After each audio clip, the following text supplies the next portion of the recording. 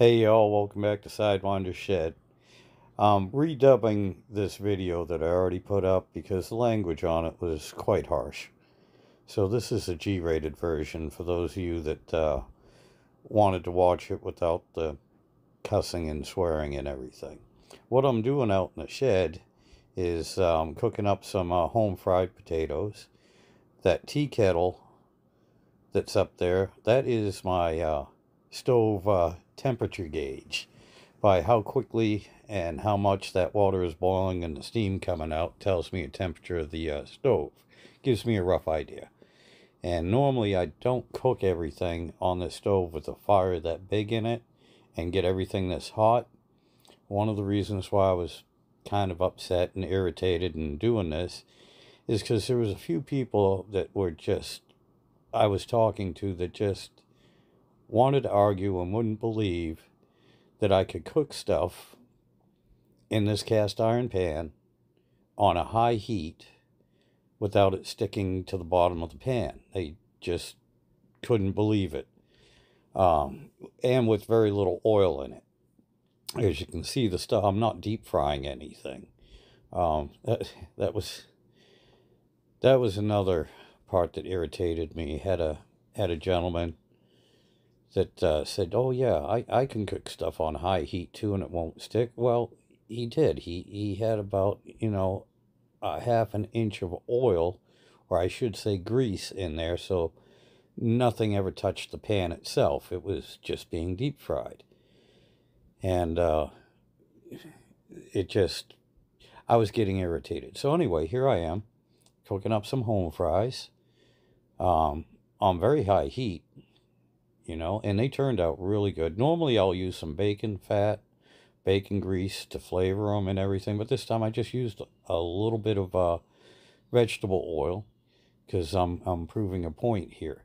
It can be done. The pan I am using is a 1940s vintage Lodge 3-notch pan is what they call them. It's a camp pan. It's one we used for camping when I was a kid. My folks had it forever. I think my dad bought it brand new sometime in the 40s. But anyway, it's one I've used all my life. And right now you can see the taters are not sticking to it. There's no mess with it. And again, very little, very, very little bit of oil in it. And you'll see how all these taters just slide right out of the pan, which isn't a big deal. They'll do that. One of the other things is this is a what they call a vintage pan. It was smooth bottom from the factory.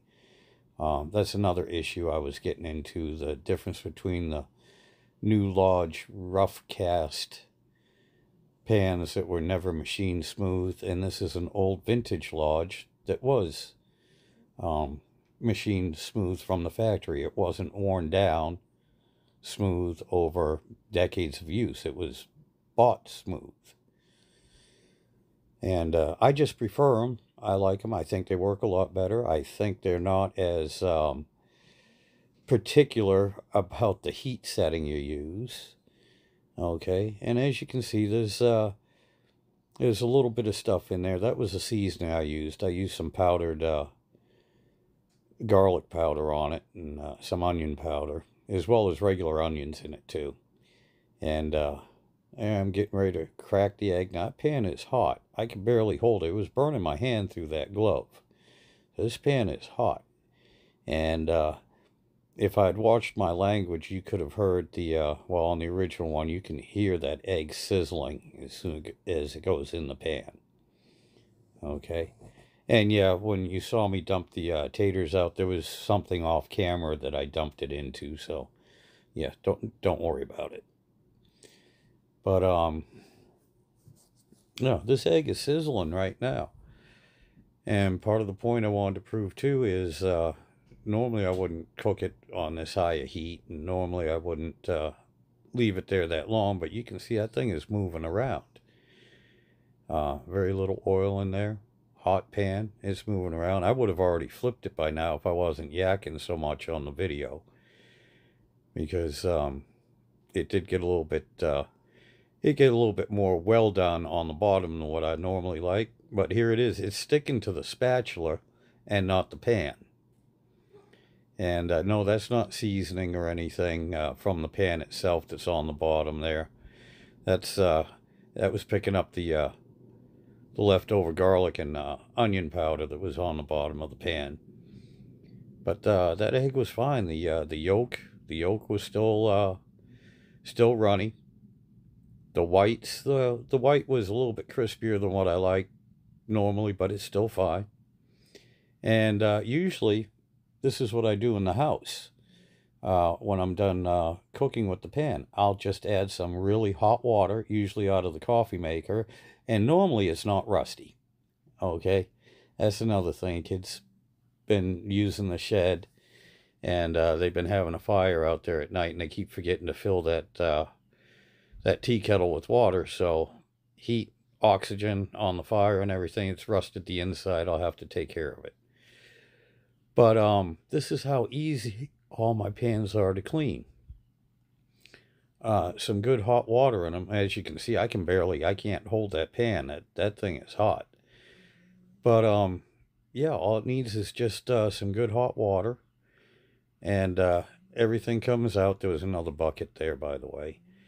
And yeah, wipe it out, throw a little bit of oil on it, and that pan is fine. Yes, I do use a little bit of dish detergent on them. I don't soak them. But anyway, I was just here to prove a point. The cast iron, a good quality, well-seasoned cast iron pan is easy to cook with and easy to clean up. That was the whole point of this video. Anyway, sorry about the language on the original video, and I want to thank all my subscribers and everybody for sticking with me. Y'all have yourselves a good day.